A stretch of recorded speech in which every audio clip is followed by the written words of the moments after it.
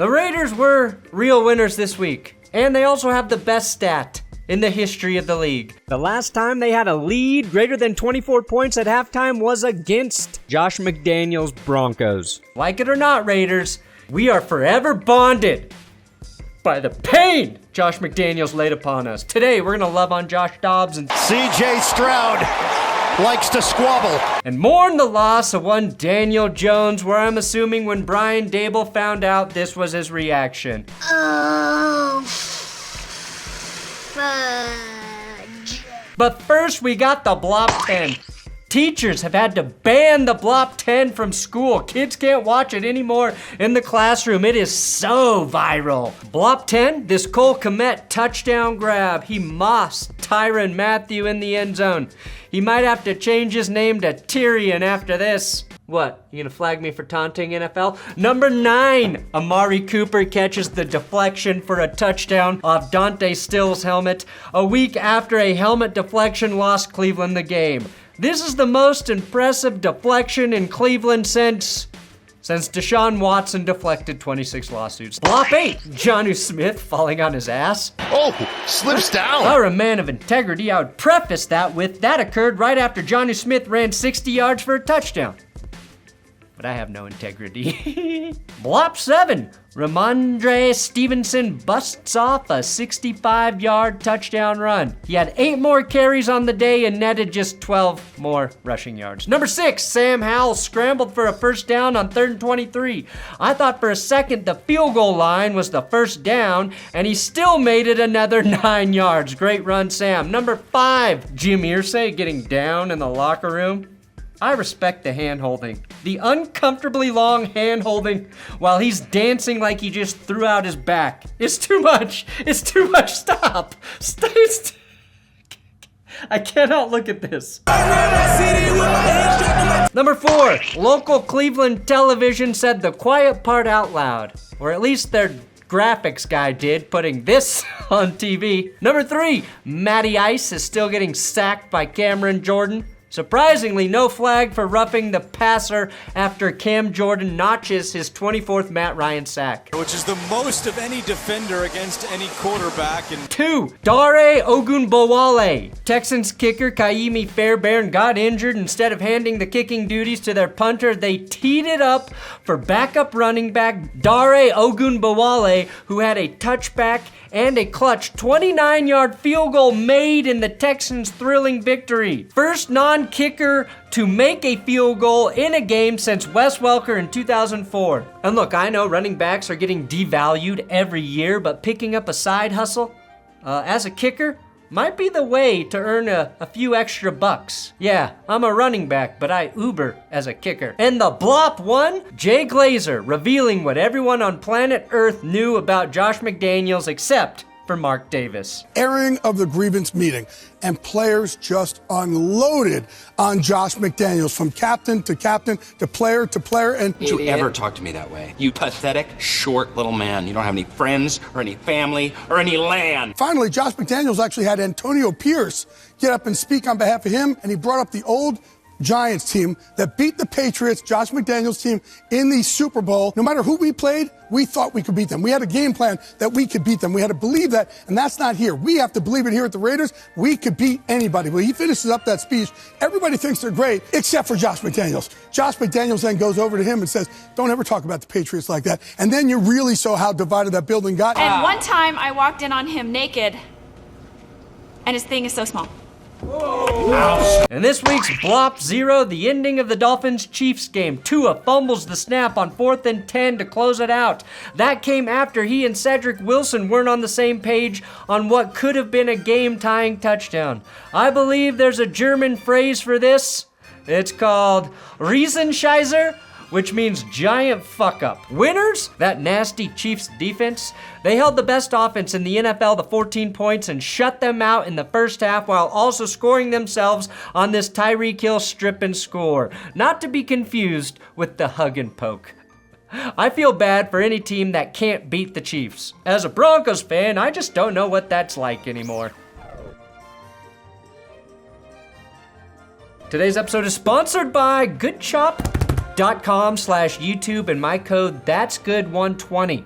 That code's gonna get you $120 off your first 4 boxes. Now, Good Chop is an online butcher for you, all right? I sought an alternative place to get my meat after I got sick and tired of seeing the cuts that I wanted out at my grocery store. And also, I wasn't really loving the quality of meat there. So, I chose Good Chop because they work exclusively with farms and fisheries in the United States of America, where the animals are responsibly raised and none of the meat has antibiotics or added hormones. Good call, considering my team this season has my hormones all over the map. In my newest, recent box, I received New York strips, ribeyes, bacon, wild-caught salmon, and chicken. You pick a box size and you select which meats you want, and then it arrives at your doorstep. Now, my wife Jess is on a steak kick right now, like a big one, so she makes me grill those bad boys as soon as possible. If you want to get the highest quality meats, go to goodchop.com/YouTube, and again, use my code That'sGood120 for $120 off your first 4 boxes. Meat that can't be beat. Ain't that neat and sweet? It's a treat. You guys like rhyming at Good Chop, right? I can keep rhyming? No, I'll stop. Winners, the Packers, anytime they play a non-Stafford-led Rams team. Losers, Packers fans thinking they should have hope. Jordan Love did have a nice second half and got the win. That's all that really matters, but Dontavian Wicks had the most giving fumble I've seen this season. Brett Rippon fumbled twice on the same play. He ripped it, but he definitely forgot to grip it. Pop it. Twist it. Fumble on the snap. Winning Mormon for the second week in a row, it's now Taysom Hill. Big surprise. I told you, if he plays well, the Saints win. He led the Saints in rushing, 52 yards on 11 carries. He threw a touchdown pass and caught 4 passes, 1 for a touchdown. On a per-touch basis, is Taysom Hill the best player in NFL history? Tyson Bagent started hot, but New Orleans rallied and ended up picking him 3 times and strip sacking him to close it out. My winning quarterback this week? Well, for the first time ever, we have 2. I couldn't decide, so we have 2. I tweeted that Joshua Dobbs really is the perfect man to replace Kirk Cousins. 1 really nice underrated QB replacing another. Thank you, Highlight Heaven, for posting these photos to prove my point. Honestly, I don't know which one is Dobbs and which one is Kirk. They're the same. Now, the Vikings actually started rookie Jaron Hall at quarterback in this game against the Falcons, but he went down in the first quarter with a concussion. Enter Josh Dobbs.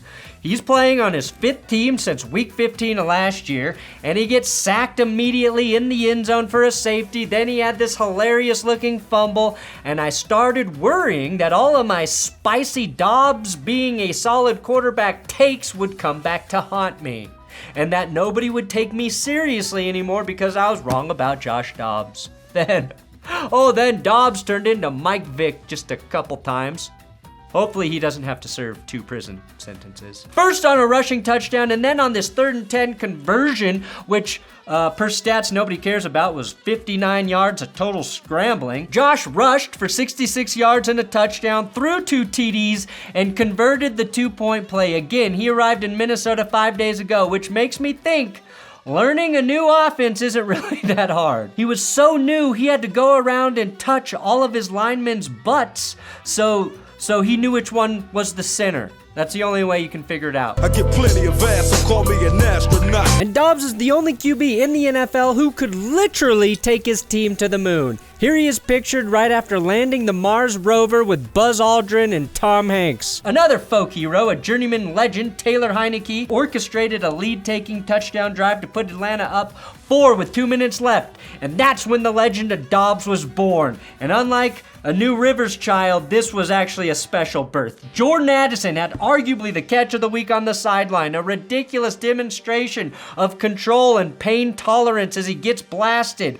4th and 7, Dobbs seriously vicks his way out of a sack like vapor, rubs out a first down, and then rifles a rocket dot laser dime to Brandon Powell for the game winner. And of course it happened to the Falcons. Vikings and Falcons competing in who can destroy their fans' will to live contest. Round 2 goes to Atlanta. But Minnesota locked that up in 1998, didn't they?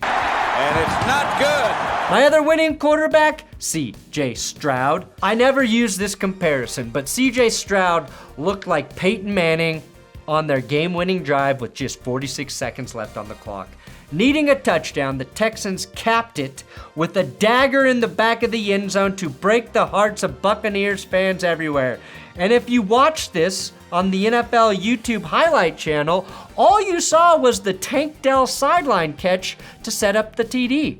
And not the actual touchdown, which they forgot to put in the fucking highlights. That's like cutting the pop shot out of porn. Now, Stroud broke the rookie quarterback passing record in this 39-37 shootout for most yards and touchdowns in a game by a rookie at 5 with 470 yards. Stroud had this performance against the Buccaneers, whose defense has been pretty damn good this season.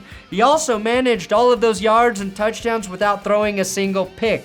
They say the Falcons could have taken a knee every play up 28-3 to win the Super Bowl. Well, I think Stroud could take a knee for every snap for the rest of the season and win Rookie of the Year. Maybe the craziest thing was Stroud taking Noah Brown and Dalton Schultz and Tank Dell all over 100 yards receiving in this game. 3 of the 6 leading receivers Sunday, all Texans. Now Stroud has as many touchdown passes as Kenny Pickett in 13 fewer games, which is not me trying to dunk on Kenny Pickett. Okay, maybe I'm trying to dunk on him a little bit, but that stat's incredible. My losing quarterback, Geno Smith.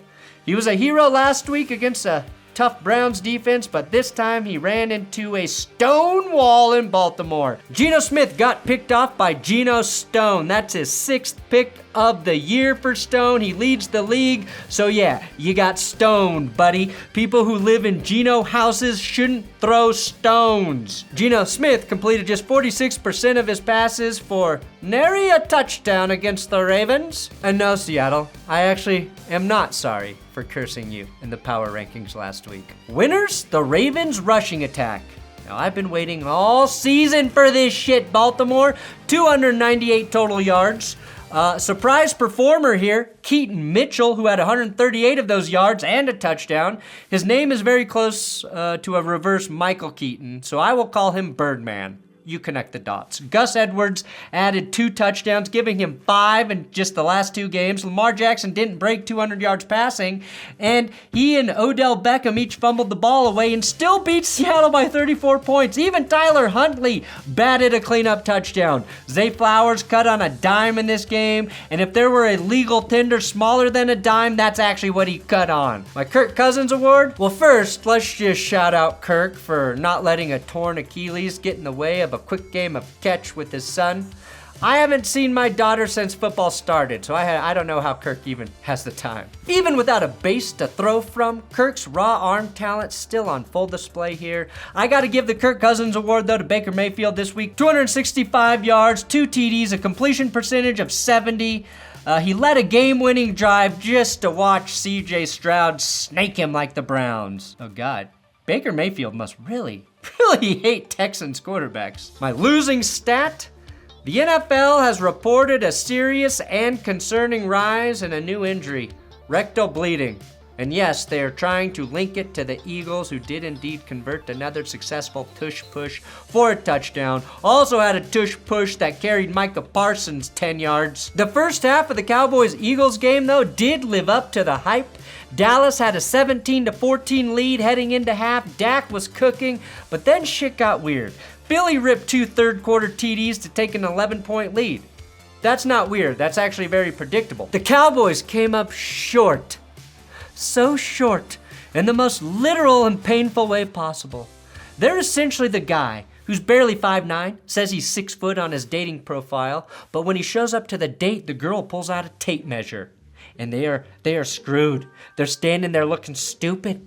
Praying she uses girl math and thinks they are indeed 6 feet. Instead, on 4th down, Luke Schoonmaker catches the ball with his knee down just short of the goal line. Credit Dallas, though, because they got back in the game. They got within 3 after that tragedy with the Jalen Tolbert touchdown. Philly got dinged for pass interference and roughing, 2 penalties to so close together. James Bradbury was still on the ground recovering from his PI snafu when Reddick hit Dak late. Dallas had the ball on the 11 with the 1st and 10. And just like Anthony Munoz's pinky finger went the wrong way. False start, sack, incompletion, delay of game, all of that to just like Ronnie Lott's finger fall short of the goal line. Oh, Dallas. Winning subtraction? The Raiders. After getting a McDectomy, it took 1 half without Josh McDaniels for the Raiders to beat their high score of 21 points in a full game this season. In fact, after removing Josh like a rotten tooth, the Raiders also got their first 100-yard rushing game of the season. They had 0 turnovers for the first time this season. And as happy as they were after the game, I hope they know that the team they just walloped was the Giants. What the fuck? Who were down to their 3rd string quarterback. Again, Tommy DeVito, the most Italian quarterback in the league. Italians always got to point out when they're Italian. That said, the Raiders exploded for those 24 first half points against New York, playing free, playing like their drill sergeant head coach wasn't about to scream in their face for the slightest infraction. Hunter Renfrow got off a milk carton and had multiple catches. Josh Jacobs looked like he did a year ago, and Aiden O'Connell did indeed look like the best quarterback on the team. Hell, even Derek Carr played well in the Saints win, throwing a couple touchdown passes. This was a classic case of addition by subtraction. And now we finally have proof that Josh McDaniels isn't a very good head coach. We finally have proof of that. My losing player of the week? Poor Clayton Tune having to make his NFL debut against the Cleveland Browns defense. I mean, if he played for a real organization, I might not feel so bad for him. But he had nobody to help him against one of the best defenses in the league. James Conner out, Zach Ertz out, so he's left with the 3-headed receiving monster that is Marquise Brown, Rondale Moore, and Greg Dortch, which is why he finished with 58 passing yards. 17 when you factor in the 41 yards he lost on 7 sacks, and he threw 2 picks, which would give Tune the lowest passer rating this week at 20.8. The Cardinals ran the ball 21 times for 41 yards and totaled 48 plays for 58 yards. So that's barely a yard a fucking play for Arizona. Now, the Browns' defensive tackle, Dalvin Tomlinson, had a career day with 2.5 sacks, and every team in the AFC North has a winning record and would be in the playoffs if the season ended today. Fortunately, though, it doesn't.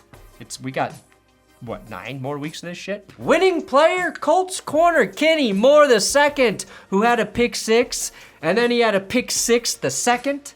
I think we can simplify that and call it a pick 12. Kenny killed Bryce Young twice for a total of 117 pick-sixing yards, which gave Kenny Moore more receiving yards than any ball catcher in this game by 53 yards. His second pick-six came right after Bryce Young just completed his longest pass of the day, 48 yards to Hayden Hurst. Young's previous long was 11 yards. The pick-six was 49. So actually, nice job, Bryce, for immediately breaking your own in-game record. That's how you improve. So Kenny had the longest 2 plays in this game, the most receiving yards and most touchdowns in this game. The only player on the Panthers roster who has more touchdown receptions than Kenny Moore this season is Adam Thielen. And the newly added I'm dying inside teams of the week are indeed the Patriots and the Giants. These shirts are linked below so you can get your I'm Dying Inside shirts down there. Now, Washington traded away both of their edge rushers this week and predictably finished with 0 sacks against the Patriots. Sam Howell threw the prettiest touchdown of the week, and I don't even care if Dotson was his intended target. With the game on the line, Mac Jones throws a pick, and the Pats are 2-7. And you know Belichick has lost his magic when his players are out there wearing the wrong pants. How can you win a fucking football game if you don't got the right colored stripes on your pants? Probably something Josh McDaniels would be just livid about too. This game also featured my Fuck the Refs, BenchwarmerBrew.com, where you can get your Fuck the Refs blend of coffee. Now sadly, I've decided I'm giving up. I'm sorry guys, I am giving up on caring about roughing the passer. The NFL wants to outlaw quarterback tackling, and every time I get upset about it, not only do I feel like a little part of my soul dies, my time is completely wasted. This game featured a horrible roughing the passer call, and it continued all the way into Sunday Night Football. So I give up. I give up because tackling is literally a penalty now in tackle football. Losers? Guys who point, power pointers if you will. Josh Allen flagged for pointing at a defensive player, and later this ref shows clearly why pointing is dangerous. Offside, defense number 56, sorry about that. Meanwhile, Joe Burrow was sucking his finger, either right after pointing or getting ready to point. Then he rushed for a first down and then did a double point from his back. That's not an illegal pointing though. And if you're wondering, how much time can I waste talking about pointing instead of the Bills and Bengals game? Well, I'm just getting started, guys. Let me point out something else. Joe Burrow was surgical in this game, even though Linval Joseph tried to get surgical with him. Burrow, 248 passing yards, 2 TDs, 110 of those yards going to T. Higgins, who is also my winner of Endless Pain. Just watch him take all of the licks on this play. He's number 5 in case you're a noob. The Bills scored late in this game, but it never felt like they were in this one. Instead, they reminded us about the worst job in sports. Looking away from the football action at a football game. Not just because you're forced to miss the game, but because of the hazards. The hazards. Von Miller misses a tackle on Joe Mixon with the game on the line. I've never seen Von whiff on a tackle like that. That is a bad sign, Buffalo. That is a bad, bad sign. Losers? The children. Oh, the children. Monday Night Football Chargers kicker Cameron Dicker was doing this. Ooh. Usually the Dicker does the spraying. NFL, how about a little NSFW warning? Now this game was painful, especially for the Jets, who helped Zach Wilson out by dropping and fumbling all of his passes. Wilson wasn't good, but Jesus Christ, these drops were possibly the worst I've seen all in a single game. Keenan Allen broke 10,000 receiving yards and did so in glorious fashion on his way to victory, becoming just the second Chargers ball catcher to do that, joining Antonio Gates. Eckler scored a couple TDs, one of which Schwarzenegger basically predicted on the Manning cast. Eckler is going to run it in. And LA had the only punt return touchdown this week. Thanks for watching. That's Good Sports. Please subscribe here on YouTube if I didn't piss you off already. And come back tomorrow for Power Rankings. They're becoming more important than ever, guys. The curse wheel is batting 1,000. So if you want to see if your team is going to lose this week, go watch my Power Rankings.